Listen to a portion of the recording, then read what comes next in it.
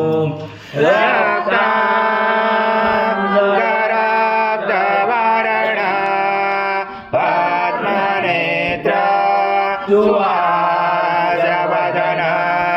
कन्दालोबीजमाला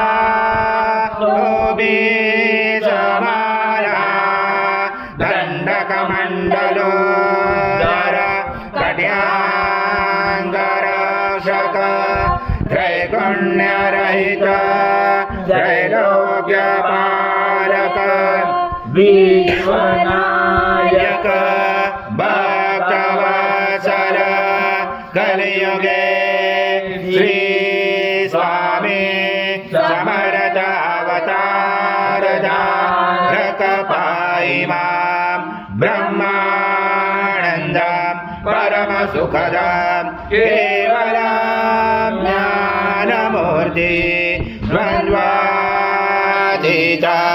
गगनसदृशं तत्त्वमस्यादिलक्ष्यम् एकं नित्यं निर्मलमचलं सर्वदी साक्षिभूतं भावातीतं त्रिगुणरहितं सद्गुरुं तं नमामि गुरुर्ब्रह्मा गुरुर्विष्णु गुरुर्देवो महेश्वरा गुरुर्साक्षात् परब्रह्म तस्मै श्री गुरवे नमः।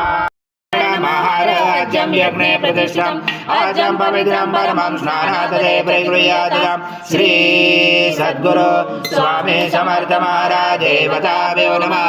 घृतस्नानं समर्पयामि घृतस्नानान्तरेण शुद्धोदकस्नानं समर्पयामि सकल पूजाते सर्व उपचाराते गन्धपुष्पं समर्पयामि शेष उपचाराते प्रार्थना पूर्वक नमस्कारं करोमि।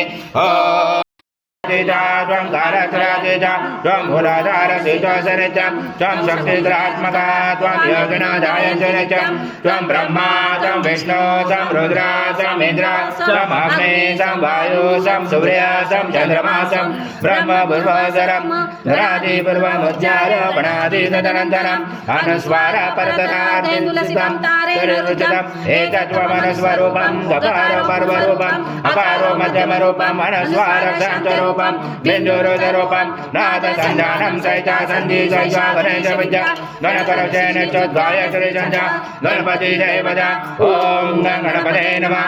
एकदन्ताय विद्महे वक्रतुण्डाय धीमहि तन्नो दन्ती प्रचोदयात् एकदन्तं चतुर्हस्तं पाशमं कुशधारणं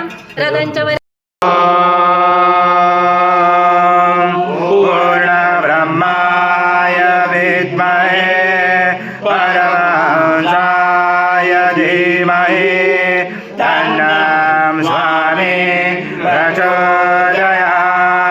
श्री सद्गुरु स्वामी समर्थ महाराज देवताभ्यो नमः।